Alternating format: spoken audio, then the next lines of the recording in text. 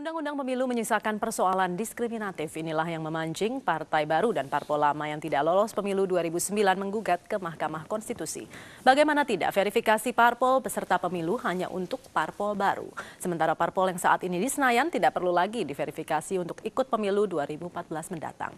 Benarkah Undang-Undang Pemilu yang baru memanjakan 9 parpol yang ada di parlemen saat ini? Dan sejauh mana peluang nasib uji materi Undang-Undang Pemilu di MK?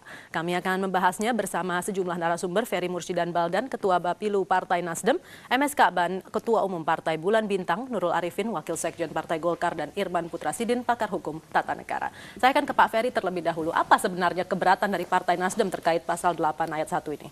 Partai Nasdem saya secara substansi tidak ada yang keberatan. Kita hormati saja apa yang diputuskan oleh teman-teman di Dewan dan bersama pemerintah.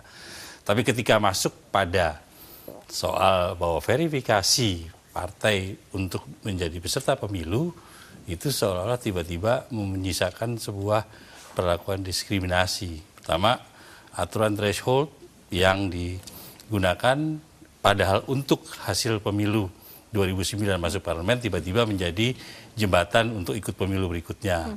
Kemudian partai-partai yang sudah berbadan hukum termasuk partai baru itu seolah kemudian harus verifikasi. Menurut saya verifikasi partai politik peserta pemilu harusnya itu diberlakukan bagi semua. Karena semua sama-sama dalam menghadapi pemilu 2014 adalah partai politik berbadan hukum.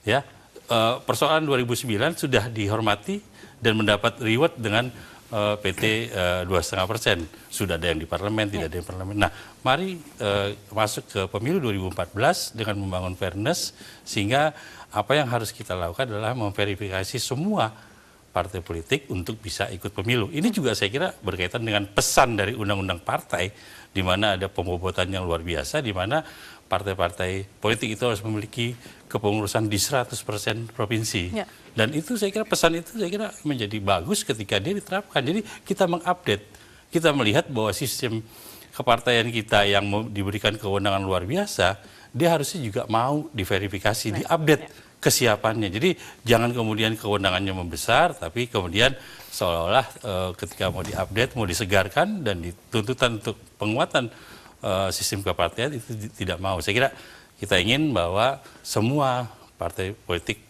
untuk ikut pemilu diverifikasi. Semuanya, biar adil ya Pak? Iya, tanpa ada ini. Baik, Pak Ka'ban, apa keberatan kalau dari PBB sendiri? Ya, saya kira kalau Partai Bulan Bintang dengan partai politik lain sudah mengajukan ya ke Mahkamah Konstitusi untuk menguji beberapa pasal-pasal yang ada di dalam undang-undang pemilu yang baru. Salah satu diantaranya adalah pasal 8, pasal 31, dan pasal 208.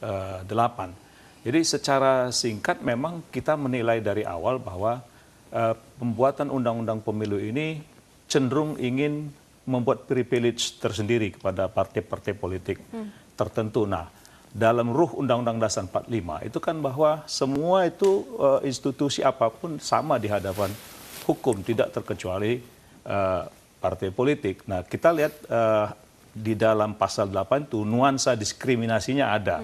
Jadi dalam bahasa kita, kalau sudah diskriminasi pasti tidak adil. Jadi kalau dikatakan pemilu kita itu harus langsung umum, bebas, rahasia, jujur, adil, udah nggak adil ini. Ya, jadi ruhnya, semangatnya itu sudah tidak ada. Diskriminasi ini upaya sengaja atau memang? Menurut saya memang ini akal-akalannya partai-partai politik yang ada sekarang di DPR gitu. Baik, nanti bisa dijawab oleh Golkar. Kita jeda dulu pemirsa, kami akan kembali sesaat lagi usai jeda berikut ini.